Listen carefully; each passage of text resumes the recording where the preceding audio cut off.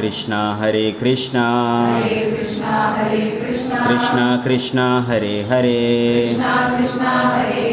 ഹരേ രാമ രാമ രാമ ഹരേ ഹരേ.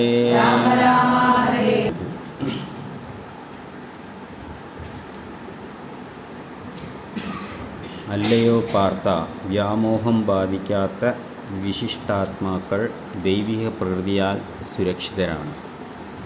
സർവഭൂതങ്ങൾക്കും ആദികാരണവും അവ്യനുമായ പരമപുരുഷനാണ് ഞാനെന്നറിഞ്ഞുകൊണ്ട് അവർ എപ്പോഴും ഭക്തിപൂർവം എൻ്റെ സേവനത്തിൽ മുഴുകുന്നു.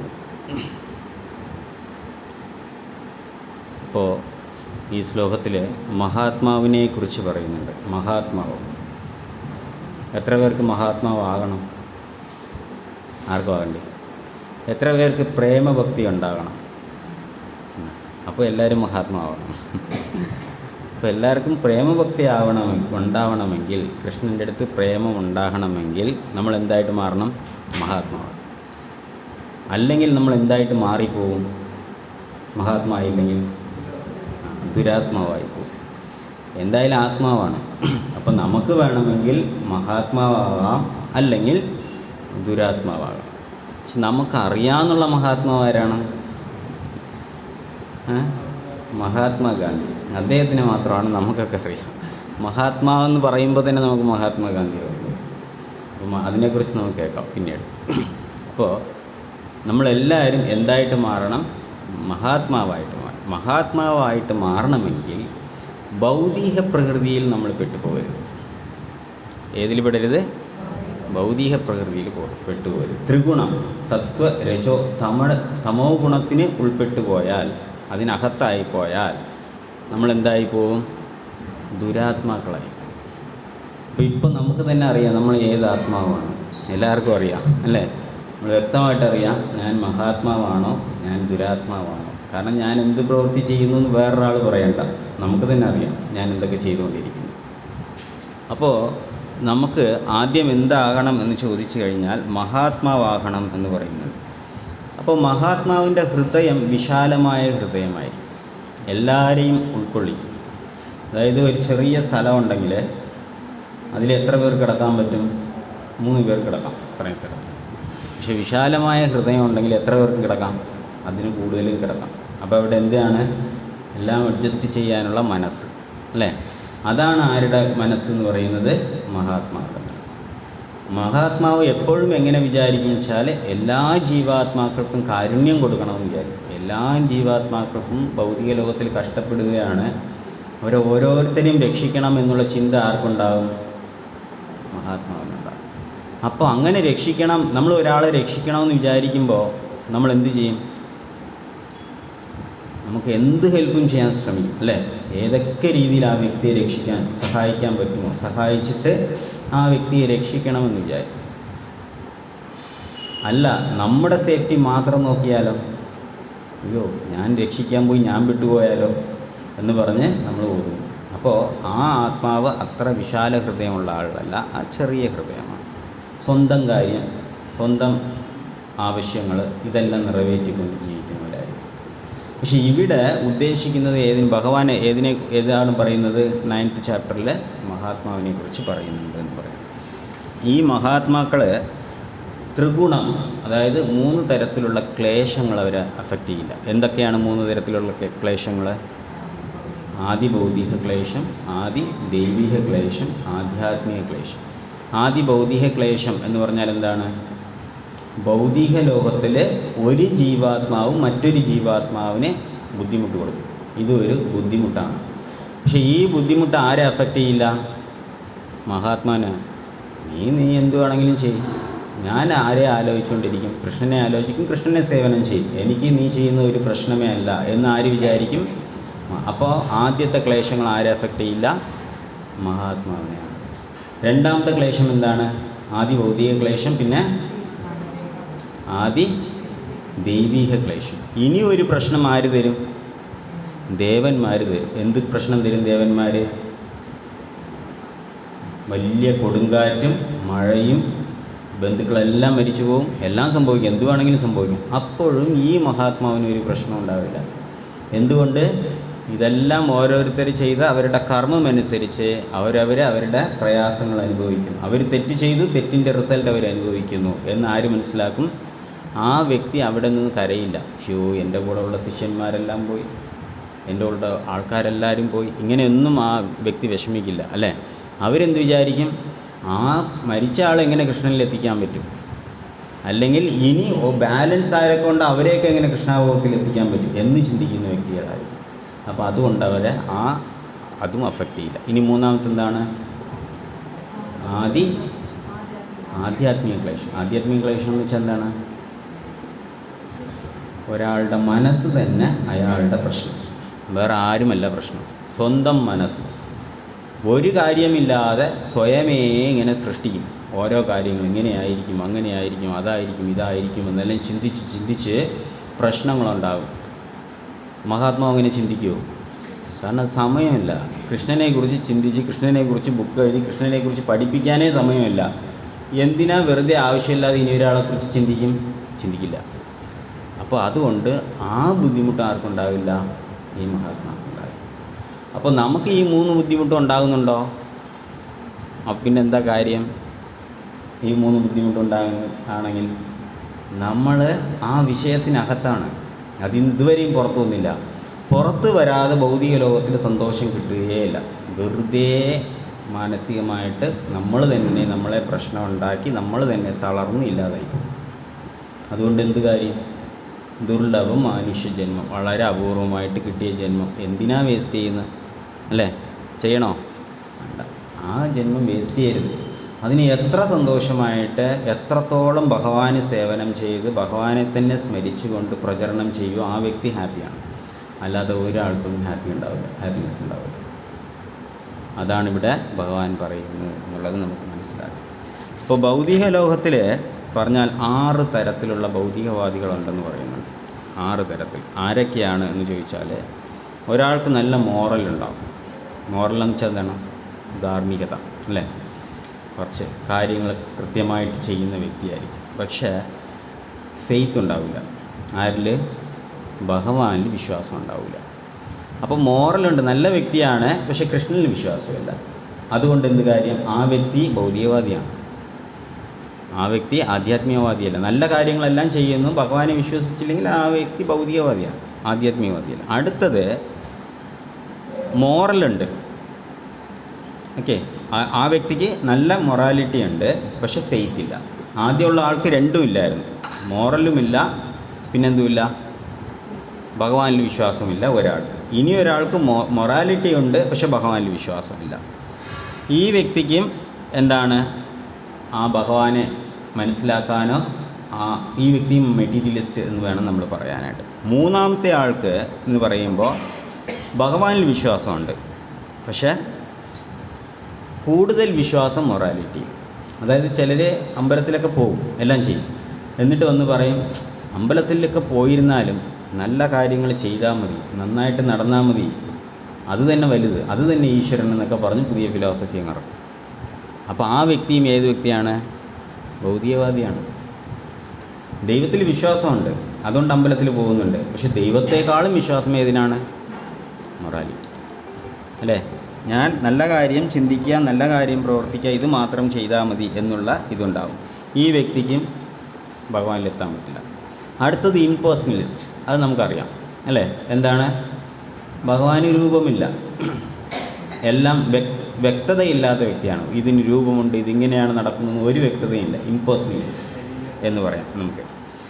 ഇനി ഒന്ന് പ്രാകൃത സഹജിയാസ് എന്ന് പറയും. സഹജിയാസ് ആര്? ഇന്നലെ നമ്മൾ ഡിസ്കസ് ചെയ്യും, അല്ലേ? സഹജിയാസ് എന്ന് പറഞ്ഞാൽ എല്ലാം സഹജമായിട്ട്, കൃഷ്ണൻ അവൻ എൻ്റെ കൂട്ടുകാരനാണ്, ഞാനെല്ലാം കൃഷ്ണന് കൊടുത്തിട്ടേ കഴിക്കുള്ളൂ, അവൻ എനിക്ക് അവൻ എന്ന് പറഞ്ഞ് വളരെ ചീപ്പായിട്ട് കൃഷ്ണൻ്റെ അടുത്ത് സംസാരിക്കും. അല്ലെങ്കിൽ കൃഷ്ണ ഭക്തന്മാരെ വളരെ ലൈറ്റായിട്ട് കാണും. ഇങ്ങനെയൊക്കെ കാണുന്നവരെന്തെന്ന് പറയുക? സഹജിയാസ്. എല്ലാം സഹജമായിട്ട് എടുക്കും. അടുത്തത് ഡെമിഗോഡ് വർഷിപ്പ്, ദേവന്മാരെ ആരാധിക്കുന്നത്. ഇവരും ഭൗതികവാദിയാണ്. ഒരാളും എന്താണ് ഒരു സ്കന്ദനെയോ ഗണപതിയോ പോയി ആരാധിച്ചിട്ട് എനിക്ക് മോക്ഷം കിട്ടണമെന്ന് ആഗ്രഹിക്കില്ല. അവരെന്തിനു വേണ്ടിയാണ് പോണത്? എൻ്റെ ബിസിനസ് നന്നായിട്ട് നടക്കണം, എൻ്റെ വീട് നന്നായിട്ടാവണം, എൻ്റെ കുട്ടിയുടെ കല്യാണം കഴിക്കണം നന്നായിട്ട്. അപ്പോൾ ഭൗതിക ആഗ്രഹമായിട്ടാണ് ദേവന്മാരുടെ അടുത്ത് പോകുന്നത് അല്ലേ? അതുകൊണ്ട് ഇവരും ഭൗതികവാദികൾ തന്നെയാണ്. ഇനി ഒരു കൂട്ടരെന്ന് വെച്ചാൽ ഫിലോസഫിക്കലി ഡീവിയേറ്റ് ആയ വ്യക്തികളാണ്. തത്വങ്ങൾ നേരെ അറിയില്ല, ഉണ്ടാക്കും, ഊഹാപോഹ തത്വങ്ങൾ ഉണ്ടാക്കുന്ന വ്യക്തികൾ. ഇവരെല്ലാവരും ആരാണെന്ന് ചോദിച്ചു കഴിഞ്ഞാൽ ഭൗതികവാദികളാണ്. അപ്പോൾ ഇവർക്ക് പ്യുവർ ഡിവോഷൻ ചാൻസേ ഇല്ല ഈ ആൾക്കാർക്ക്. എന്നാൽ ഇതിൽ ചിലരെ നമുക്ക് കണ്ടുപിടിക്കാൻ പറ്റും. ഇവർ ഭൗതികവാദിയാണ് എന്ന് കണ്ടുപിടിക്കാം. ചിലരെ കണ്ടുപിടിക്കാൻ പറ്റില്ല. പക്ഷെ അവർ ആധ്യാത്മികവാദിയാണോ ഭൗതികവാദിയാണോ കണ്ടുപിടിക്കാൻ പറ്റില്ല. പക്ഷെ ആധ്യാത്മിക കാര്യം ചെയ്തുകൊണ്ടിരിക്കും. അപ്പോൾ ഇംപേഴ്സണലിസ്റ്റ്, ഭഗവാന് രൂപമില്ല എന്ന് പറയുന്ന വ്യക്തികളെ നമുക്ക് മനസ്സിലാക്കാം. കാരണം അവർ പറയുകയാണ് ഭഗവാന് രൂപമില്ല, ഞാൻ വേദത്തിൽ നിന്ന് പറയുകയാണ് ഭഗവാന് രൂപമില്ല എന്ന് ഓപ്പണായിട്ട് പറയും. അപ്പോൾ നമുക്ക് മനസ്സിലാകാം ഈ വ്യക്തി മായാവാദിയാണ് എന്ന് നമുക്ക് മനസ്സിലാക്കാം. അവരുടെ കൂടെ അസോസിയേറ്റ് ചെയ്യേണ്ട, വിട്ടേക്കാം. ഇനി ഒരാൾ ബോഗസ് സാധുവാണ്. പക്ഷേ എന്തിനു വേണ്ടിയാണ് സാധു പരിപാടി? കാശ്, പേര്, പ്രസക്തി, ശിഷ്യന്മാർ, ഇതിനു വേണ്ടിയിട്ടാണ് എന്ത് ചെയ്യുന്നത്? ബോഗസാണ്. അപ്പോൾ ഈ ബോഗസ് ഗുരുവിനെ കണ്ടുപിടിക്കാൻ പറ്റില്ല. ബോഗസ് ഗുരു നമ്മൾ ഇന്നാൾ പറഞ്ഞ പോലെ ഒരു കഥ. കിടന്നു ഉറങ്ങിയിട്ടിരിക്കുമ്പോൾ ആദ്യം ഒരു ചെറിയ വിഗ്രഹം വെച്ച് പൂജ തുടങ്ങും, പിന്നെ വലിയ വിഗ്രഹം വെച്ച് പൂജ തുടങ്ങും, കളക്ഷൻ നിറയായി ചെറിയ അമ്പലം കെട്ടും. അമ്പലം കെട്ടിയിട്ട് ഉറങ്ങണം. രാത്രി ഉറങ്ങാൻ വേണ്ടിയിട്ട് എന്താകും? കിടന്നു ഉറങ്ങുമ്പോൾ കൊതുക്, ഉറങ്ങാൻ വിടില്ല. അടുത്ത ദിവസം ആയപ്പോൾ എന്തായി വെച്ചാൽ, ശരി ഇന്ന് കൊതുക് വല മേടിച്ചുകൊണ്ട് വരും. കൊതുക് വല മേടിച്ചിട്ട് വന്നിട്ട് അമ്പലത്തിനകത്ത് നോക്കിയാൽ കൊതുക് വല കെട്ടാനുള്ള സംവിധാനങ്ങളൊന്നുമില്ല. പുതിയ അമ്പലമല്ലേ, ആണിയൊന്നും അടിച്ചിട്ടില്ല, രാത്രിയാണ്. അപ്പോൾ നോക്കിയപ്പോൾ ഗൗർണിത ഇങ്ങനെ നിൽക്കണ, ഗൗരംഗ മഹാപ്രഭു ഇങ്ങനെ നിൽക്കും, നിത്യാനന്ദ പ്രഭു ഒരാളെ പിടിച്ച് ഇവിടെ നിർത്തി, ഒരാളെ പിടിച്ച് അവിടെ നിർത്തി. രണ്ടുപേരുടെ കയ്യിലും കൂടെ കൊതുക് വല കെട്ടി നടുക്ക് കിടന്ന് സുഖം ഉറക്കും. ബോഗസ് ഗുരുവാണ്. അപ്പോൾ രാവിലെ ആയപ്പോൾ ശിഷ്യന്മാർ വന്നു. ശിഷ്യന്മാർ സാധാരണ രാവിലെ എണീക്കുന്ന അന്ന് എണീറ്റുമില്ല, ഉറങ്ങിപ്പോയി. നന്നായിട്ട് കഴിഞ്ഞ ദിവസം ഉറങ്ങാത്തതുകൊണ്ട് ഇന്നെന്തായി? ഗൗർണിത്തായി കൊടിയും പിടിച്ചു കൊടുക്കുന്നു, എന്താണ് വല പിടിച്ചു കൊടുക്കുന്നു, അടിയിൽ കിടന്ന് സൂപ്പറായിട്ട് ഉറങ്ങി. അപ്പോൾ ശിഷ്യന്മാർ കാണാത്തപ്പോൾ പതുക്കെ ഗുരുവിന് എന്ത് പറ്റി? തട്ടിയിട്ട് അനക്കവുമില്ല, സൂപ്പറായിട്ട് ഉറങ്ങുന്നു. പിന്നെ എത്തി നോക്കിയപ്പോഴാണ് കണ്ടത് എന്താണ്? ഗൗരംഗ മഹാപ്രഭുയുടെ കയ്യിൽ 2 കയറ്, നിത്യാനന്ദ പ്രഭുയുടെ കയ്യിൽ 2, നടുക്കുറങ്ങി. ഇവർ വിചാരിച്ചു ഭഗവാൻ നേരിട്ടിറങ്ങി പിടിച്ചു കൊടുത്തതാണെന്ന് വിചാരിച്ച് നാട്ടുകാരെയൊക്കെ വിളിച്ചു പറഞ്ഞു, ഗുരുവിന് ഭഗവാൻ തന്നെ കൊതുകുവല പിടിച്ചു കൊടുത്തു എന്ന് പറഞ്ഞു. നാട്ടുകാരൊക്കെ വന്ന് നോക്കും, എല്ലാം സത്യം. അവിടെ ഭയങ്കര ബഹളം, മൊത്തം ബഹളം കേട്ടപ്പോൾ പുള്ളി അകത്തുനിന്ന് പുറത്ത് വന്നപ്പോൾ പേടിച്ചു. എന്തായാലും നാട്ടുകാരെ ഇന്ന് കൊള്ളുമെന്നാണ് വിചാരിച്ചത്. പക്ഷെ നാട്ടുകാരെല്ലാം വന്ന് ഗുരുവേ എന്ന് പറഞ്ഞ് താഴെ കാലിൽ വീഴുന്നു. അപ്പോഴാണ് മനസ്സിലാക്കിയത് എന്തോ സംതിങ്. എന്താണെന്ന് വെച്ചാൽ അങ്ങേക്ക് തന്നെ ഭഗവാൻ എന്ത് പിടിച്ചു തന്നു? കൊതുകുവല പിടിച്ചു തന്നു എന്നായി. അപ്പോൾ അത് മെയിൻറ്റെയിൻ ചെയ്യും. ഇതാണ് ബോഗസ് ഗുരു. സ്വന്തം ആവശ്യത്തിന് വേണ്ടിയിട്ട് എന്താ പറയുക, ആ ഡിവോഷണലി യൂസ് ചെയ്ത് ലാഭം ഉണ്ടാക്കും. ഇത് ആരാണ്? ബോഗസ് ഗുരു. ഇതിനെ കണ്ടാൽ നമുക്ക് തിരിച്ചറിയാൻ പറ്റും അല്ലേ? അപ്പോൾ ആദ്യത്തെ വ്യക്തി തിരിച്ചറിയാം. എന്താണ്? ആദ്യം മെറ്റീരിയലിസ്റ്റ്, ഇംപേഴ്സണലിസ്റ്റ്, മെറ്റീരിയലിസ്റ്റ് നമുക്ക് മനസ്സിലാക്കാം. രണ്ടാമത്തത് ബോഗസ് ഗുരു. മൂന്നാമത്തത് എത്തീസ്റ്റ്, നിരീശ്വരവാദി, ദൈവമേ ഇല്ല എന്ന് പറഞ്ഞ് വാദിക്കുന്ന ആൾക്കാർ, അയാളെ നമുക്ക് മനസ്സിലാക്കാം. ഇയാളുടെ കൂടെ ചേർന്ന് ശരിയാകില്ല എന്ന് നമുക്ക് അവോയ്ഡ് ചെയ്യാം. മായാവാദി, എപ്പോഴും കൃഷ്ണന് രൂപമില്ല എന്ന് വാദിക്കുന്ന വ്യക്തി, മായാവാദി.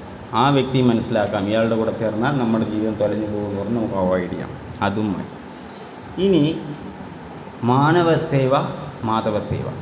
ജനങ്ങളെ സേവിച്ചാൽ മാധവനെ സേവിക്കുന്നതാണെന്ന് പറഞ്ഞ് നടക്കുന്ന ആൾക്കാർ. അതുകൊണ്ട് അമ്പലത്തിൽ പോകില്ല, ഹോസ്പിറ്റലുണ്ടാക്കും, ചാരിറ്റി അന്നദാനം കൊടുക്കും, ഇങ്ങനത്തെ സേവനമൊക്കെ ചെയ്യും. ഈ വ്യക്തിയും നമുക്കറിയാൻ പറ്റും.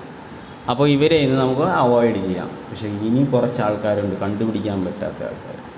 അവരാരാണ് എന്ന് ചോദിച്ചു കഴിഞ്ഞാൽ, ഈ വ്യക്തികൾ എന്താണെന്ന് വെച്ചാൽ ചൈതന്യ മഹാപ്രഭുവിനെ കുറിച്ച് സംസാരിക്കും, രൂപഗോസ്വാമിയെക്കുറിച്ച് സംസാരിക്കും, പക്ഷെ മായാവാദം പറയും. ആരെക്കുറിച്ച് സംസാരിച്ചു? ചൈതന്യ മഹാപ്രഭുവിനെക്കുറിച്ച് സംസാരിച്ചു, രൂപഗോസ്വാമിയെക്കുറിച്ച് സംസാരിച്ചു, ശ്രീമദ് ഭാഗവതം സംസാരിച്ച് കഴിഞ്ഞിട്ട് പോകും. അമ്പലത്തിലൊന്നും പോകേണ്ട ആവശ്യമില്ല. ഭഗവാനെ നിങ്ങൾ അമ്പലത്തിൽ മാത്രം കാണുന്നത് എന്തിനാണ്? വിഗ്രഹത്തിൽ മാത്രം ദൈവത്തിനെ കാണുന്നത്. ദൈവം എല്ലായിടത്തും ഉണ്ട്, അമ്പലം ആവശ്യമില്ല, കൃഷ്ണൻ ആവശ്യമില്ല എന്ന് പറയും. ഇവരെ കണ്ടുപിടിക്കാൻ പറ്റുമോ? കാരണം 7 ദിവസം ഭാഗവതം കൃഷ്ണനെക്കുറിച്ച് വർണ്ണിച്ചങ്ങ് പറഞ്ഞു. കൃഷ്ണൻ അങ്ങനെയാണ് ഇങ്ങനെയാണ്, എല്ലാവരും രസിച്ച് കരഞ്ഞു, എല്ലാം ചെയ്തു. 7ാമത്തെ ദിവസം പറഞ്ഞത് എന്താണ്? കൃഷ്ണനെ പോയി അമ്പലത്തിൽ കാണണ്ട, കൃഷ്ണൻ ഒരു വിഗ്രഹത്തിനകത്തല്ല ഒതുങ്ങുന്നത്, കൃഷ്ണൻ എല്ലായിടത്തും ഉണ്ട് എന്ന് പറഞ്ഞ് കൃഷ്ണനെ തന്നെ മാറ്റി നിർത്തി. ഈ വ്യക്തിയെ നമുക്ക് കണ്ടുപിടിക്കാൻ പറ്റും. ചിലപ്പോൾ നമ്മൾ ഈ ലെക്ചറൊക്കെ കേട്ടിട്ട് കൊള്ളാം, നല്ലതാണെന്ന് വിചാരിക്കും. പക്ഷേ അതുകൊണ്ടാണ് പറയുന്നത് പരമ്പരയിൽ വരാത്ത ആൾക്കാരെ ഒന്നും കേൾക്കാൻ പാടില്ല എന്ന് പറയുന്നത്. ഓക്കെ, അടുത്തത് എന്താ പറയുക, ദൈവത്തിന് അത്ര പ്രാധാന്യമില്ലാതെ എപ്പോഴും ഏതിന് തന്നെ പ്രാധാന്യം കൊടുക്കും? മൊറാലിറ്റിക്ക് തന്നെ. നേരത്തെ ഏതിന് പ്രാധാന്യം കൂടുതൽ കൊടുക്കും? മൊറാലിറ്റി, ധാർമ്മിക കാര്യങ്ങൾക്ക് മാത്രം കൂടുതൽ പ്രയോറിറ്റി കൊടുക്കും. ആ വ്യക്തിയെ കണ്ടുപിടിക്കാൻ പറ്റില്ല. അങ്ങനത്തെ വ്യക്തിയാണ് നമ്മുടെ മഹാത്മാഗാന്ധി. ആര്? നമ്മുടെ സ്കൂളിൽ പറയുന്ന ഫാദർ ഓഫ് നാഷൻ മഹാത്മാഗാന്ധി. എന്തുകൊണ്ട് എന്ന് പറഞ്ഞു കഴിഞ്ഞാൽ അദ്ദേഹം തന്നെ പറയാണ്, എനിക്ക് കൃഷ്ണൻ ഇങ്ങനെ ഗോപസ്ത്രീകളുടെ കൂടെ ഡാൻസ് കളിക്കുന്നത് കാണുമ്പോൾ എനിക്ക് ഞാൻ ഹിന്ദുവാണെന്ന് പറയാൻ തന്നെ നാണക്കേട് തോന്നുന്നു. അപ്പോൾ അദ്ദേഹം ഭഗവാനെ മനസ്സിലാക്കിയോ? ഭഗവാനെ മനസ്സിലാക്കിയാൽ അവർ വിചാരിക്കും ഗോപികൾ എത്ര ഭാഗ്യം ചെയ്തവരാണ്, എപ്പോഴും ഭഗവാനെ ചുറ്റി ഡാൻസ് കളിച്ച് സന്തോഷമായിട്ടിരിക്കുന്നു. ഗോപികൾക്ക് വേറെ ഒരു ആഗ്രഹവും ഇല്ലായിരുന്നു, ഭഗവാൻ മാത്രമാണ് ശരണം എന്ന് പറഞ്ഞ് അവർ ജീവിതം മുഴുവനും ഭഗവാനെ തന്നെ സ്മരിക്കുന്നു. ആ ഗോപിയായിട്ട് ഞാൻ മാറണമെന്ന് വിചാരിക്കും. ശിവൻ എങ്ങനെയാണ് വിചാരിച്ചത്? ഞാൻ ഗോപിയായിട്ട് മാറണമെന്ന് വൃന്ദാവനത്തിൽ പോയി അവസാനം ഈശ്വരൻ തന്നെ എന്തായിട്ട് മാറി? ഗോപിയായിട്ട് മാറി, അല്ലേ? എന്തിനു വേണ്ടിയിട്ട്? ഭഗവാനെ ലീലയിൽ പങ്കെടുക്കാൻ. അപ്പോൾ അത് ഭക്തന്മാർ മനസ്സിലാക്കും. പക്ഷേ ഈ മഹാത്മ എന്താ പറഞ്ഞത്? കൃഷ്ണൻ എന്ന് പറയുമ്പോൾ എനിക്ക് നാണക്കേടാണ്, പക്ഷെ രാമൻ കുഴപ്പമില്ല, അതുകൊണ്ടാണ് രാം ജപിച്ചിട്ട് നടക്കുന്നത്. പക്ഷെ നമ്മൾ കേൾക്കുമ്പോൾ അന്തേ നാരായണ സ്മൃതി എന്ന് പറയും, അവസാനം നാരായണനെ സ്മരിക്കണം. അപ്പം മഹാത്മാഗാന്ധി രാമ എന്ന് പറഞ്ഞ് ചാകുമ്പോൾ അതുകൊണ്ട് കൃഷ്ണൻ്റെ അടുത്ത് പോകുമെന്ന് വിചാരിക്കും. എന്തുകൊണ്ട്? അദ്ദേഹത്തിന് കൃഷ്ണനെക്കുറിച്ച് വളരെ മോശമാണ് ചിന്തിച്ചിരിക്കുന്നത്, പരമപുരുഷനെക്കുറിച്ച്. അങ്ങനെയാണെങ്കിൽ അവർ മഹാത്മാവല്ല എന്നും നമുക്ക് മനസ്സിലാക്കാം. അപ്പോൾ അതുകൊണ്ടാണ് ഉപദേശാമൃതത്തിൽ പറയുന്ന 2ാമത്തെ ശ്ലോകത്തിൽ പറയുന്നുണ്ട്. എന്താണെന്ന് പറഞ്ഞു കഴിഞ്ഞാൽ, അത്യാഹാര പ്രയാസ പ്രജൽപ നിയമാഗ്രഹ ജനസംഘസ്യ ലൗല്യം ഷഡ്ഭിർ ഭക്തിർ വിനശ്യതി എന്ന് പറയുന്നു. അപ്പോൾ ഭക്തിക്ക് നാശമുണ്ടാക്കുന്ന 6 കാര്യങ്ങൾ, ഈ 6 കാര്യങ്ങൾ നമ്മുടെ ഭക്തി ഇല്ലാതെയാണ്, ഡൗട്ടേ ഇല്ല. ഇതാര് പറയുന്നതാണ്? ഇത് ആചാര്യാസ് പറയുന്നതാണ്, അല്ലേ? അപ്പോൾ അത്യാഹാര എന്ന് പറയുമ്പോൾ ആവശ്യത്തിനധികം കഴിക്കുന്നത്. ഇന്ദ്രിയം എവിടെയൊക്കെ ഉണ്ട്? പുറമേ കാണുന്ന ഇന്ദ്രിയമുണ്ട്, കാണാത്ത ഇന്ദ്രിയങ്ങളുണ്ട്. കാണുന്ന ഇന്ദ്രിയം ഏതൊക്കെയാണ്? കണ്ണ്, മൂക്ക്, ചെവി, നാവ്, അല്ലേ? ത്വക്ക്, ഇതെല്ലാം കാണുന്നത്. കാണാത്ത ഇന്ദ്രിയമാണെങ്കിലോ മനസ്സ്, ബുദ്ധി, അഹങ്കാരം. ഇതിനെ കാണാൻ പറ്റില്ല, രണ്ടും ഇന്ദ്രിയങ്ങൾ തന്നെയാണ്. അപ്പോൾ ഈ 2 ഇന്ദ്രിയങ്ങൾക്കും കൃഷ്ണാവബോധം കൊടുക്കണം, അല്ലേ? കൃഷ്ണനെക്കുറിച്ച് ഉള്ള കാര്യങ്ങൾ ആ ഇന്ദ്രിയത്തിന് കിട്ടണം, അല്ലാതെ കിട്ടുന്നതെല്ലാം ഭൗതികമാണ്. അപ്പോൾ അത്യാഹാരം എന്ന് പറഞ്ഞാൽ ആവശ്യത്തിനധികം കഴിക്കുക, ആവശ്യത്തിനധികം വേണ്ടാത്തനം കേൾക്കുക, ആവശ്യത്തിനധികം വേണ്ടാത്തനം കാണുക, ആവശ്യത്തിനധികം വേണ്ടാത്ത സ്മെല്ലെടുക്കുക. ഫോർ എക്സാമ്പിൾ പെർഫ്യൂം ഇങ്ങനെ അടിച്ചിട്ട് പോകും, ആവശ്യത്തിനധികം ഇങ്ങനെ അടിച്ചിട്ട് പോകും. പക്ഷെ അതുകൊണ്ട് കാര്യമില്ല. പക്ഷേ എന്നാൽ നരസിംഹ ഓയിൽ തേച്ചിട്ട് മണപ്പിച്ചിട്ട് നടന്നാലോ? വ്യത്യാസമാണ്, രണ്ടിനും ഡിഫറൻസാണ്, അല്ലേ? അപ്പോൾ അങ്ങനെ ഇതിനെയാണ് അത്യാഹാര എന്ന് പറയുന്നത്. അത്യാഹാര പ്രയാസ എന്ന് പറഞ്ഞു കഴിഞ്ഞാൽ പ്രയാസപ്പെടുക.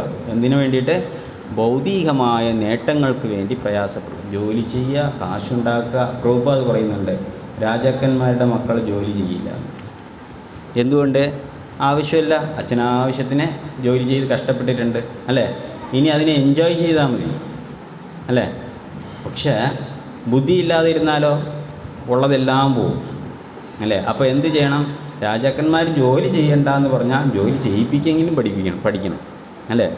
അപ്പോൾ ആ ഇൻ്റലിജൻ്റ് ഉണ്ടാകണം. അതേപോലെ ആവശ്യത്തിനധികം ജോലി എടുക്കരുത്. കൃഷ്ണന് വേണ്ടിയിട്ട് ജോലി എടുക്കണം, എന്നാൽ വെറുതെ ഇരിക്കാനും പാടില്ല. 24 മണിക്കൂർ ആർക്ക് വേണ്ടി ജോലി ചെയ്യണം? കൃഷ്ണന് വേണ്ടി ജോലി ചെയ്യണം. ഇതാണ് എന്താ പറയുന്ന പ്രയാസ എന്ന് പറയുന്നത്. പ്രജൽപ എന്ന് പറഞ്ഞാൽ എന്താണ്? നമ്മളെല്ലാവരും ചെയ്യുന്ന കാര്യം, നോൺ സ്റ്റോപ്പായിട്ട് ചെയ്യുന്ന കാര്യം. ആവശ്യമില്ലാത്തവരെക്കുറിച്ച് പറഞ്ഞ്, ഇവരെക്കുറിച്ച് പറഞ്ഞ്, ഇത് കേട്ട് അത് കേട്ട്, എന്താ സുഖം കേൾക്കുമ്പോൾ.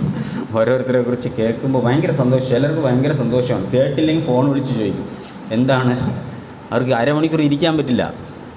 കാരണം ഇന്നത്തെ ഫുള്ള് കിട്ടിയില്ല മനസ്സിന്. ആ പ്രജൽപ്പം അത് ഭയങ്കര ടേസ്റ്റുള്ള കാര്യമാണ്, അത് ഇമ്പോർട്ടൻറ്റ്. പിന്നെ നിയമകാരം ശാസ്ത്രത്തിന് നേരെ വിരുദ്ധമായിട്ട് പ്രവർത്തിക്കുക. റൂൾസ് ആൻഡ് റെഗുലേഷൻസ് വേണം. എന്തിനു വേണ്ടിയിട്ട്? കൃഷ്ണാവബോധത്തിന്. ഇത് പറഞ്ഞുകൊണ്ട് ഈ കൃഷ്ണാവബോധം പ്രാക്ടീസ് ചെയ്തുകൊണ്ട് അതിനെ തെറ്റിക്കുന്ന ആൾക്കാരാണ്.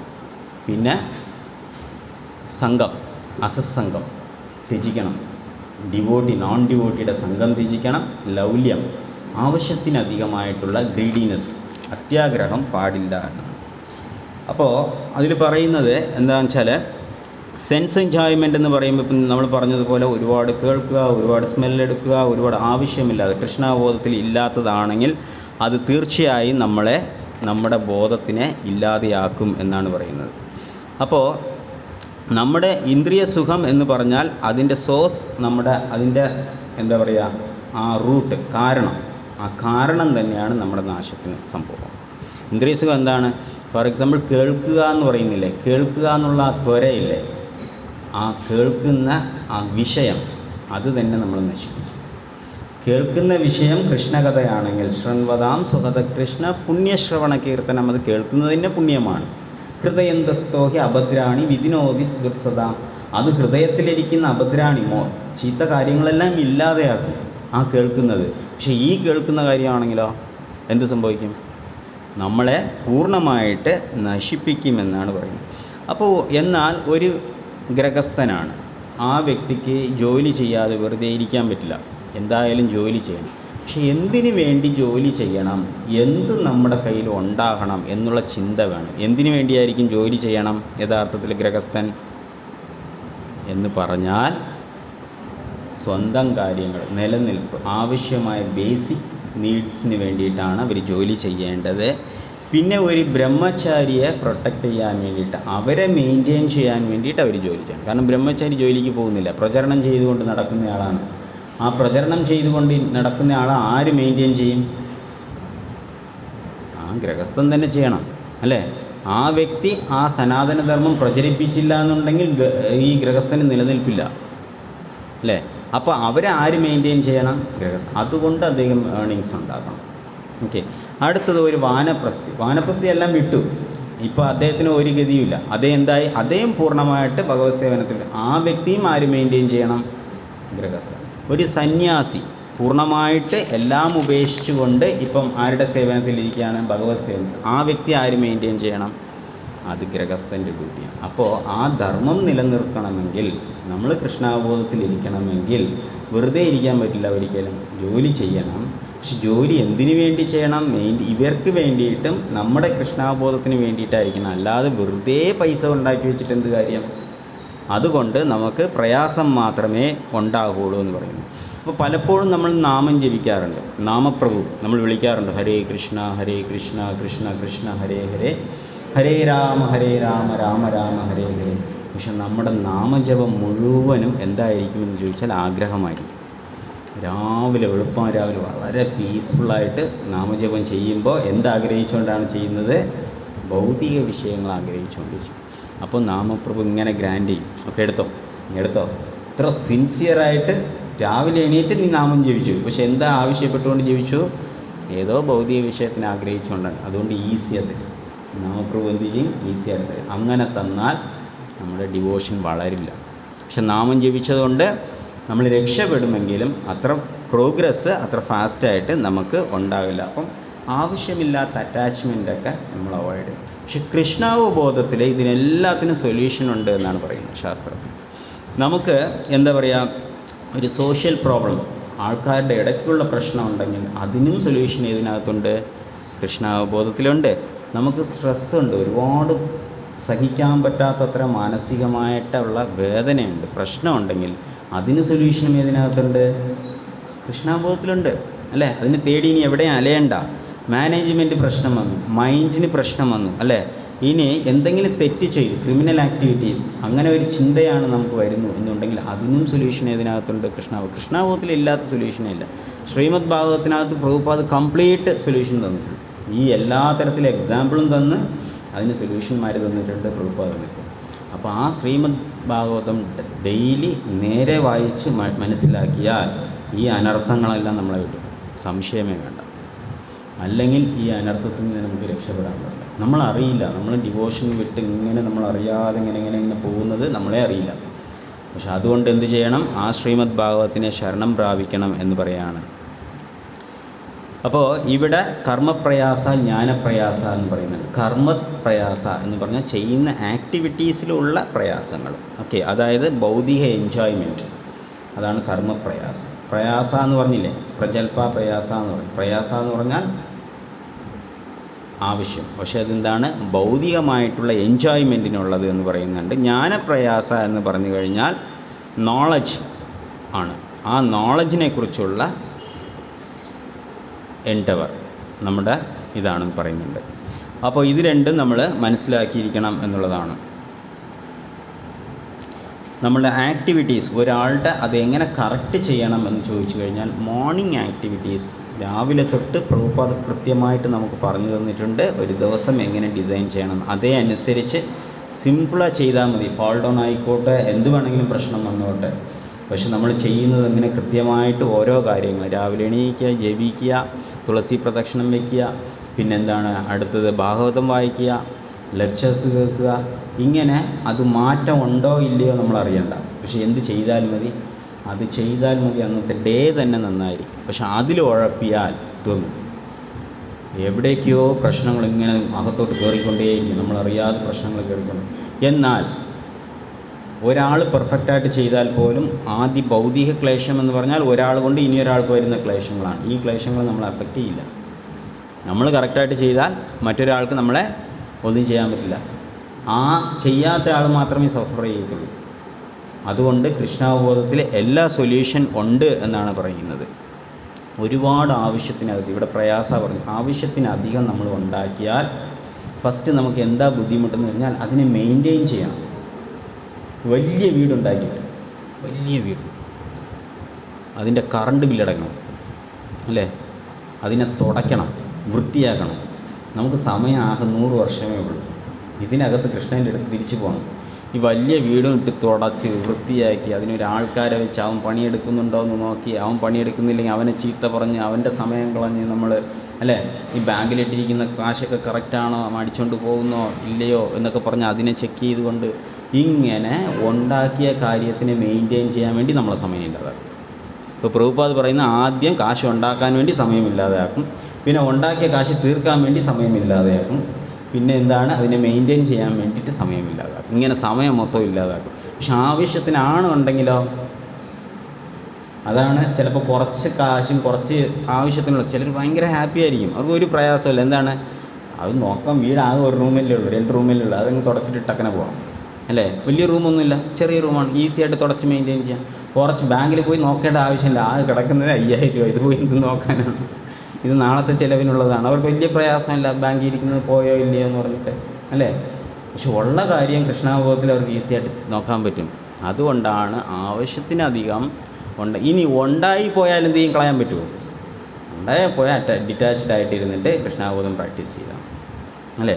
അതാണ് പറയുന്നത്. അതേപോലെ ഡിവോട്ടീസിന് വേറൊരു പ്രോബ്ലം ഉണ്ട്. ഡീറ്റീസ് വീട്ടിൽ വയ്ക്കും, അവിടെ പോകുമ്പോൾ അവിടെ നിന്ന് ഒരു വിഗ്രഹം വാങ്ങിച്ച് വയ്ക്കും, ഇവിടെ പോകുമ്പോൾ ഇവിടെ നമ്മുടെ ആ പ്രഭുയുടെ വീട്ടിൽ പോയാൽ വീട് മൊത്തവും വിഗ്രഹമാണ്. പക്ഷേ അപ്പോൾ ഇത് മാത്രമല്ല, ചിലർ വർഷിപ്പ് ചെയ്തു തുടങ്ങും. അവസാനം ഇവർക്ക് പൂ വയ്ക്കണമെങ്കിൽ തന്നെ 2 മണിക്കൂർ വേണം. ഇത്രയും ഫോട്ടോയ്ക്ക് പൂ വെച്ച്, ഇത്ര മാലയ്ക്ക് പൂ വെച്ച്, ഇതെല്ലാം വെച്ച് പൂ വയ്ക്കാൻ തന്നെ 2 മണിക്കൂർ വേണം. പിന്നെന്താണ് നിവേദ്യം, ഓരോരുത്തർക്ക് സെപ്പറേറ്റ് കൊടുത്ത് പഠിച്ചു പോകും. പിന്നെ ഇവിടെ ഒരു പാത്രം, ഇവിടെ ഒരു പാത്രം, ഇവിടെ ഇതെല്ലാം കഴിഞ്ഞിട്ട് ഈ പൂ എടുക്കാൻ വേണം 1/2 മണിക്കൂർ അല്ലേ. ഈ പാത്രങ്ങൾക്ക് കഴുകാൻ വേണം സമയം. ഇങ്ങനെ ഇവരുടെ സമയം ഇവരറിയാതെ പോകുമ്പോൾ ചില ദിവസം ഇങ്ങനെ ഫ്രസ്ട്രേറ്റ് ആവും. ഞാൻ മാത്രം ഒറ്റയ്ക്ക് ചെയ്യണം, വേറെ ആരും സഹായിക്കണില്ല, എനിക്കെന്താണ് കൃഷ്ണാബോധം എന്ന് പറഞ്ഞ് അവർ തന്നെ അറിയാതെ അങ്ങ് പറഞ്ഞു തുടങ്ങും. അവസാനം അവരുടെ ബോധവും പോകും. എന്തിനാ ചെയ്യുന്നു, ആർക്കാ ചെയ്യുന്നു ബോധമില്ലാതെ ഡെയിലി ചെയ്യേണ്ടി വരും. അപ്പോൾ ഇങ്ങനെയാണെങ്കിൽ കൃഷ്ണാബോധം ഉണ്ടാവുമോ? ഇത് ഒരു പ്രയാസമാണ് നമുക്ക്. ഈ പ്രയാസം കൊണ്ട് നമുക്ക് കൃഷ്ണാബോധം ഉണ്ടാവില്ല. അപ്പോൾ എന്ത് ചെയ്യണം നമ്മൾ? വിഗ്രഹാരാധന വേണ്ടാന്ന് വയ്ക്കാവോ? ഇല്ല, വേണം. പക്ഷെ എന്താണ്? സിമ്പിളായിട്ട് ജയ്. ഇപ്പം നമ്മുടെ ആൾട്ടറിൽ ആരൊക്കെ ഉണ്ട്? രാധാമാധവുണ്ട്, പ്രൊട്ടക്ഷൻ തരാൻ നരസിംഹ ഭഗവാനുണ്ട്, പിന്നെ പഞ്ചതത്വമുണ്ട്, കാരുണ്യം തരാൻ പഞ്ചതത്വമുണ്ട്. ഇത്രയേ ഉള്ളൂ ഗുരു പരമ്പര. വേറെ എന്തെങ്കിലും ഉണ്ടോ? പക്ഷേ ഇവിടെ നമ്മളെല്ലാ ഫോട്ടോ, ഗുരുവായൂരപ്പൻ്റെ 2 ഇരിക്കട്ടെ, ഉടുപ്പിയിൽ നിന്ന് വന്നപ്പോൾ ഞാൻ ഒരു 2 ഫോട്ടോ, മായപ്പൂരിൽ നിന്ന് വന്നപ്പോൾ അവിടെ നിന്ന് 2 ഫോട്ടോ, ഇവിടെ ഇങ്ങനെ കാണാൻ രസമാണ്. ഇതെല്ലാം വെച്ച് പൂവൊക്കെ ഇട്ട് ഇങ്ങനെ വരുമ്പോൾ നമുക്ക് ചിലപ്പോൾ ഇതിന് സമയം കാണും, നമുക്ക് ഏതിന് സമയം കാണും? പ്രാക്ടീസ് ചെയ്യാൻ, കൃഷ്ണാവബോധം കോൺഷ്യസ് ആയിട്ട് പ്രാക്ടീസ് ചെയ്യാൻ നമുക്ക് സമയം കാണില്ല. അങ്ങനെയായിപ്പോൾ അതുകൊണ്ട് എന്ത് ചെയ്യണം? അത്യാവശ്യത്തിന് പ്രയാസപ്പെടുക. അത് ഡിവോഷനിലായിരുന്നാലും ശരി തന്നെ, പുറമേ ആയിരുന്നാലും ശരി, ആവശ്യത്തിനധികം നമ്മൾ കഷ്ടപ്പെടാൻ പറ്റില്ല. പ്രജൽപ വളരെ ഇമ്പോർട്ടൻ്റ് കാര്യമാണ്. പ്രജൽപ എന്ന് പറഞ്ഞാൽ സംസാരിക്കുക. ആരെക്കുറിച്ച് സംസാരിക്കണം? നമ്മൾ കൃഷ്ണനുമായിട്ട് ബന്ധപ്പെട്ട കാര്യങ്ങൾ സംസാരിക്കണം, അല്ലാത്ത കാര്യങ്ങൾ സംസാരിക്കണം. ഗോഷു എന്താണ്? ആൾക്കാരുമായിട്ട് കുശുമ്പ് പറയുക. ഈ പരിപാടി അങ്ങ് നിർത്തണം. പോട്ടെ, എന്തോ ഓടി, എങ്ങനെയായിട്ട് പോട്ടെ, അവരവരുടെ കർമ്മം അല്ലേ, അത് ചെയ്യരുത്. ഫാൾട്ട് ഫൈൻഡിങ്, കുറ്റം കണ്ടുപിടിക്കാൻ നിൽക്കരുത്, വിട്ടേക്കണം. നമുക്ക് എത്ര കുറ്റമുണ്ട്, നമ്മൾ ആദ്യം നമ്മളിൽ കുറ്റം കണ്ടുപിടിക്കണം, എന്നിട്ട് അടുത്ത ആൾക്കാരിൽ കുറ്റം കണ്ടുപിടിക്കണം. ഇനി ഒരു കാര്യം, നമ്മൾ ഒരാളെ കുറ്റം പറയുമ്പോൾ ആദ്യം ചിന്തിക്കേണ്ടത്, ഈ മിസ്റ്റേക്ക് ഞാൻ ചെയ്യുന്നുണ്ടോ എന്ന് ചിന്തിക്കണം. ടക്കനെ പറയരുത്. പറയുന്നതിൻ്റെ 1 സെക്കൻഡ് ഇതേ തെറ്റ് ഞാൻ ചെയ്യുന്ന വ്യക്തിയാണോ എന്ന് ചിന്തിച്ചാൽ നമുക്ക് ചിലപ്പോൾ പറയാൻ തോന്നില്ല. വേറൊരാളുടെ അവസ്ഥയിൽ നമ്മൾ അങ്ങ് ഇരുന്ന് നോക്കിയാൽ അല്ലേ, അവരുടെ സിറ്റുവേഷനിൽ നമ്മൾ ഇരിക്കണം. ഇതേ അവസ്ഥയിൽ ഞാനിരുന്നാൽ ഞാൻ എങ്ങനെ റിയാക്ട് ചെയ്യും എന്നൊന്ന് ചിന്തിച്ചാൽ നമുക്ക് റിയാക്ട് ചെയ്യാൻ പറ്റില്ല. പക്ഷെ നമ്മളങ്ങനെ ചിന്തിക്കില്ല. ടപ്പന കുറ്റം പറയും, ടപ്പന ചിന്തിക്കാതെ നമ്മളിത് ചെയ്യും. അങ്ങനെയാണെങ്കിൽ നമുക്ക് എന്തുണ്ടാകും? പ്രശ്നങ്ങൾ, പ്രജൽപ അത് ഓട്ടോമാറ്റിക്കായി വരും. അതുകൊണ്ട് നമ്മൾ ഭൗതിക ലോകത്തിലെ ആൾക്കാരുടെ കൂടെയാണ് ജോലി ചെയ്യുന്നത്. പോകുന്ന സ്ഥലത്ത് ജോലിക്കുള്ള ആൾക്കാരൊക്കെ ആരാണ്? ഇങ്ങനത്തെ ആൾക്കാരായിരിക്കും. അപ്പോൾ അവരുടെ ഇടയിൽ നമുക്ക് സംസാരിക്കാതെ ഇരിക്കാൻ പറ്റുമോ? പക്ഷെ നമ്മൾ ഭയങ്കര സ്ട്രോങ്ലി, ഫിലോസഫിക്കലി ഭയങ്കര സ്ട്രോങ് ആയിരിക്കണം. തത്വത്തിൽ നമുക്ക് നന്നായിട്ട് ശാസ്ത്രം പഠിച്ച് ഇതാണ് കൃഷ്ണാവബോധം, ഈ വ്യക്തികൾ ഇങ്ങനെ തന്നെ ഉണ്ടാകും, അവരെൻ്റെ അടുത്ത് സംസാരിക്കാൻ വന്നാൽ ഞാൻ പതുക്കെ എങ്ങനെ കൃഷ്ണാവബോധം അവർക്ക് കൊടുക്കാം എന്നുള്ള ആ ചിന്ത ഉണ്ടെങ്കിൽ നമുക്ക് വീണില്ല. അല്ലെങ്കിൽ എന്താകും? ഒപ്പം ഇരുന്ന് സംസാരിക്കും, അവരെക്കാളും സൂപ്പറായി സംസാരിക്കും. അപ്പോൾ തീർന്നു അല്ലേ? അപ്പോൾ അങ്ങനെയാകരുത്. അപ്പോൾ നമ്മൾ ഫിലോസഫിക്കലി, അതുകൊണ്ടാണ് പ്രഭുപാദ് തന്നെ പറയുന്നു ശിഷ്യന്മാരുടെ അടുത്ത്, നിങ്ങളാരും എൻ്റെ ബുക്കുകൾ വായിക്കുന്നില്ല എന്ന് പറയും. കാരണം പ്രഭുപാദിൻ്റെ ബുക്സ് മാത്രം മതി, വേറെ ഒന്നും വേണ്ട, 1 ലെക്ചറും വേണ്ട. പ്രഭുപാദിൻ്റെ ബുക്സ് മാത്രം വായിച്ചാൽ മതി. കാണുന്ന വാട്സപ്പിൽ കാണുന്നത്, അവിടെ കാണുന്നത് ഒന്നും കേൾക്കണ്ട.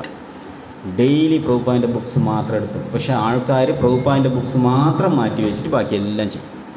അതുകൊണ്ടാണ് ഇത്രയും പ്രയാസം വരുന്നത്. പക്ഷേ എന്ത് ചെയ്താൽ മതി? എല്ലാം വാട്സപ്പ് വേണ്ട, വാട്സപ്പിലുള്ള മെസ്സേജ് ഒന്നും വായിക്കണ്ട.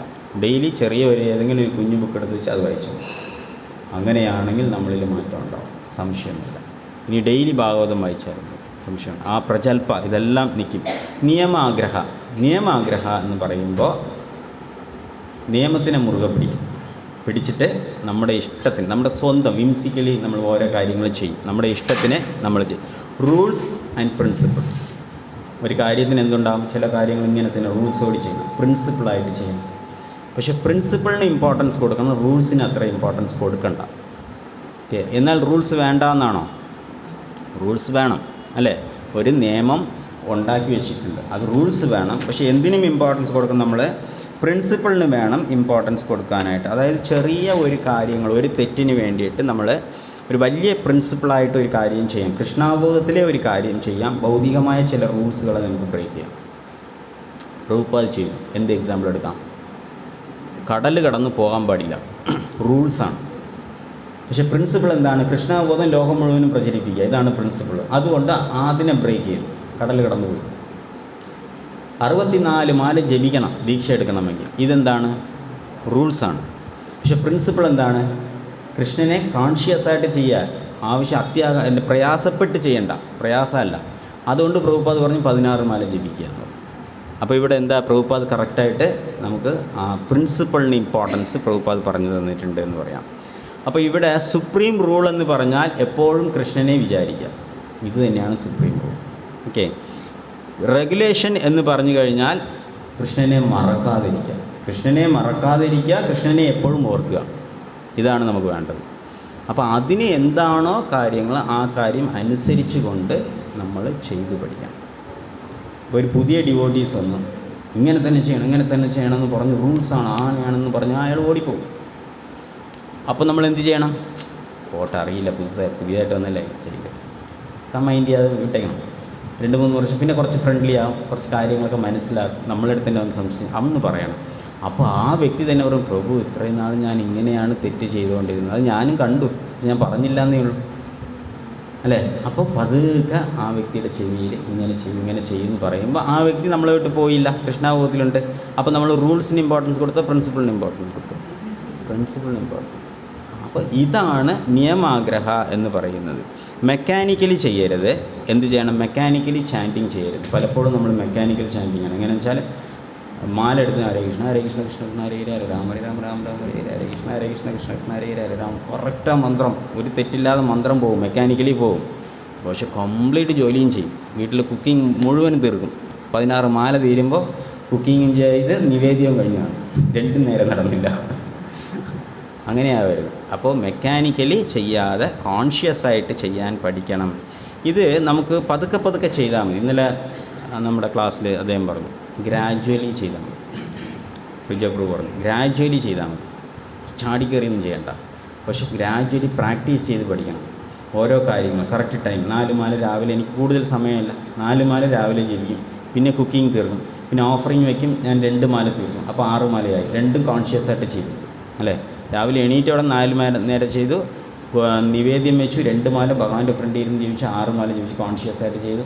അത് കഴിഞ്ഞിട്ട് ജോലിക്ക് പോയി, വേറെ സമയമില്ല, തിരക്ക് പിടിച്ച ആളാണ്, തിരിച്ച് വന്നിട്ട് കുളിച്ചിട്ടിരുന്ന ഒരു 4-6 മാല ജപിച്ചു. ഇങ്ങനെ ചെയ്യുന്ന ഓരോ കാര്യം സിൻസിയറായിട്ട് പ്രാക്ടീസ് ചെയ്യാം. എങ്കിൽ നമ്മുടെ ഡിവോഷനിൽ എന്തുണ്ടാകും? ഗ്രോത്ത് നമുക്ക് ഉണ്ടാകും എന്നാണ് പറയുന്നത് അല്ലേ. അടുത്തത് എന്ന് പറഞ്ഞാൽ നിയമാഗ്രഹ പറഞ്ഞു, ജനസംഘർഷം. ജനങ്ങളുമായിട്ട് നമ്മൾ സംഘമെടുക്കുന്നുണ്ട്. അതിൽ നമുക്ക് ഇസ്കോൺ വലിയൊരു പങ്ക് വഹിക്കുന്നുണ്ട്. നമുക്ക് എങ്ങനെ സത്സംഗം എടുക്കണമെന്ന് നമുക്ക് പഠിപ്പിച്ചു തന്നിട്ടുണ്ട്. അതുകൊണ്ട് ആ ഇസ്കോണിൻ്റെ സത്സംഗത്തിലിരുന്നു കൊണ്ട്, ഡിവോട്ടിയുടെ ഒപ്പം ഇരുന്നു കൊണ്ട് നമ്മൾ പഠിക്കുക. കാരണം പോകുന്നതും ഇടപഴകുന്നത് ആൾക്കാരുമെല്ലാം കർമ്മീസാണ്.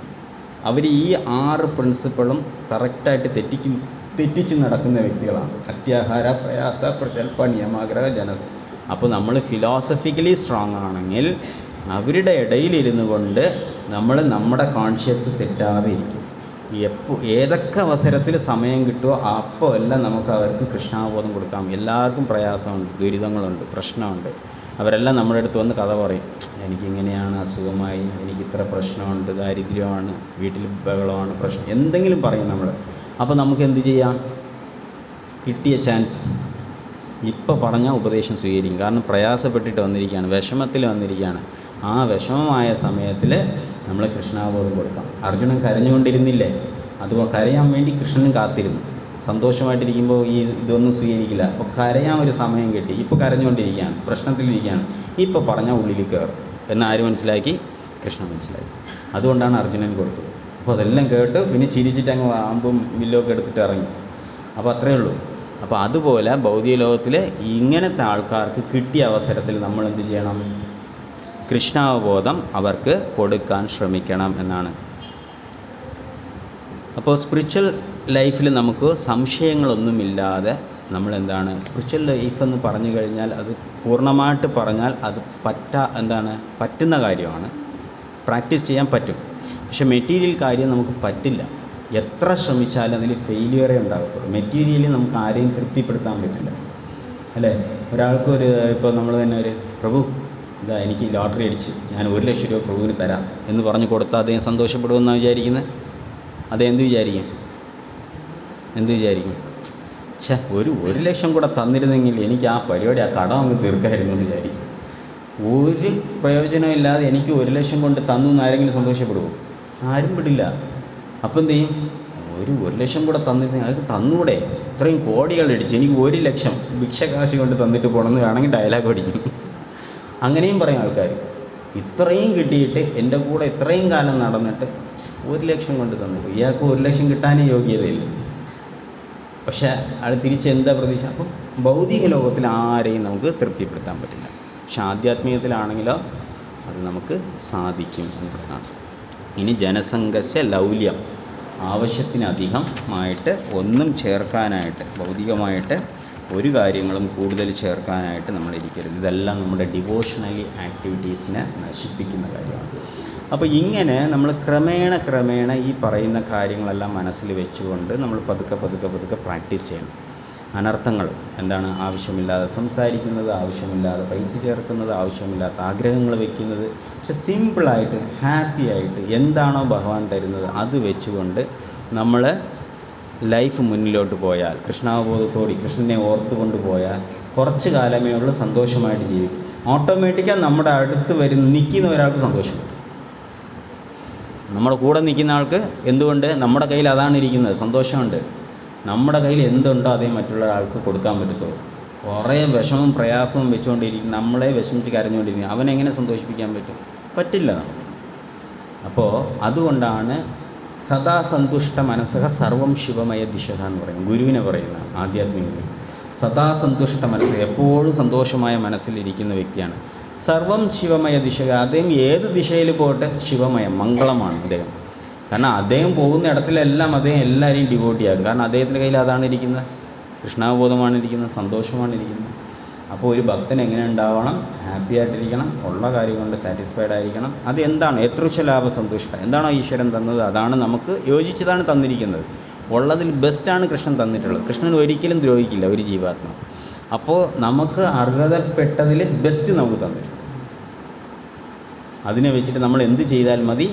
സന്തോഷമായിട്ട് ഇരുന്നാൽ മതി. അങ്ങനെ പ്രാക്ടീസ് ചെയ്താൽ നമ്മൾ ആരായിട്ട് മാറും? തിരിച്ചു വരാം. നമ്മൾ ആരായിട്ട് മാറും? മഹാത്മാവായിട്ട് മാറും.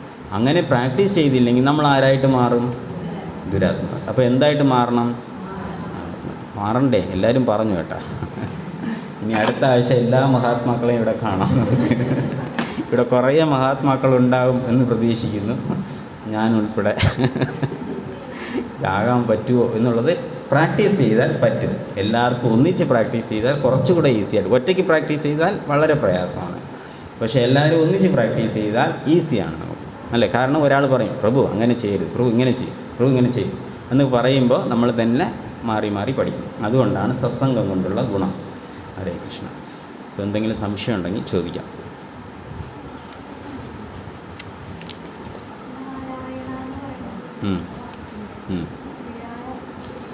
നാരായണ, അയനം ചെയ്യുക എന്ന് പറഞ്ഞാൽ ഉറങ്ങുക, വെള്ളത്തിൽ ഉറങ്ങുന്നവനെന്നാണ്. അമ്മ നാരായണനും അമ്മയും അമ്മയും നാരായണി എന്ന് പറയാൻ കാരണമുണ്ട്. നാരായണൻ്റെ ഹെൽപ്പ് എടുത്തിരിക്കും. അസുരനെ കൊല്ലാൻ വേണ്ടിയിട്ട് ആയുധങ്ങളൊക്കെ നാരായണൻ കൊടുക്കും. നാരായണൻ തന്നെ അയച്ച വ്യക്തിയാണ്, അതുകൊണ്ട് നാരായണി എന്ന് പറഞ്ഞാൽ. അമ്മേ നാരായണി. വേറെ കൂടുതലൊന്നും അറിയില്ല എനിക്ക്. അതാ സംസ്കൃത പ്രൊഫസറുണ്ട്, ചോദിക്കും.